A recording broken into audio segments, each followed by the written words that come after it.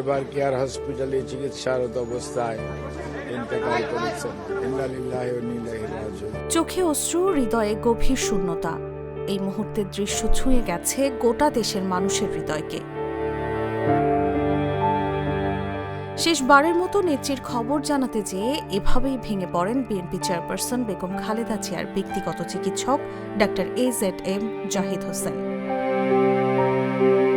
গেল কয়েক বছর ধরে বহুবার খালেদা জিয়ার স্বাস্থ্যের খবর জানিয়েছেন তিনি। গোটা দেশকে প্রিয় নেত্রীর ফিরে আসার প্রত্যাশা জানিয়েছেন বারবার। এবারও হয়তো ভেবেছিলেন সংকট কাটিয়ে নেত্রী ফিরে আসবেন, কিন্তু শেষবার তিনি আর পারেননি। যেটা চাননি বলতে, তাই শোনাতে হয়েছে জাতিকে। দেশনেত্রী বেগম খালেদা জিয়া, ওনারকে আজকে আমরা হারিয়েছি।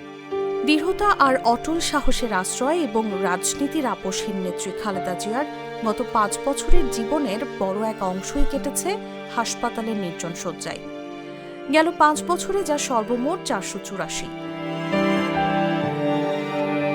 2018 সাল থেকে 2025 সাল পর্যন্ত বেগম জিয়াকে কমপক্ষে 8 বার হাসপাতালে ভর্তি হতে হয়েছে। এই পুরোটা সময় তার সঙ্গেই ছিলেন ডাক্তার জাহিদ।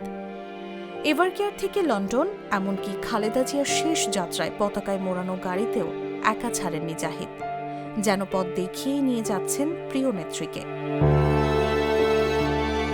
এই সম্পর্ক কেবল রাজনৈতিক নয় কেবল চিকিৎসার দায়িত্ব, বরং গভীর মানবিক বন্ধন এবং শ্রদ্ধার বহিঃপ্রকাশ।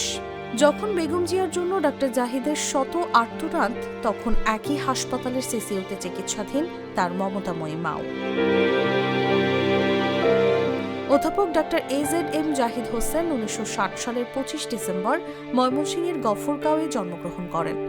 তিনি বাংলাদেশ জাতীয়তাবাদী দলের সর্বোচ্চ নীতি নির্ধারণী জাতীয় স্থায়ী কমিটির সদস্য।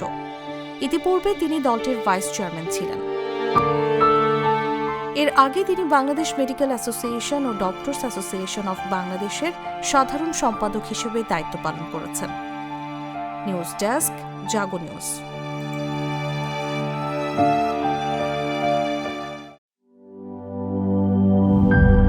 গ্লিটারের টুইন লেমন ও অ্যান্টিব্যাকটেরিয়াল ফর্মুলা বাসনকে চকচকে জীবাণুমুক্ত করে আমাদের দেয় গ্লিটার গ্যারান্টি।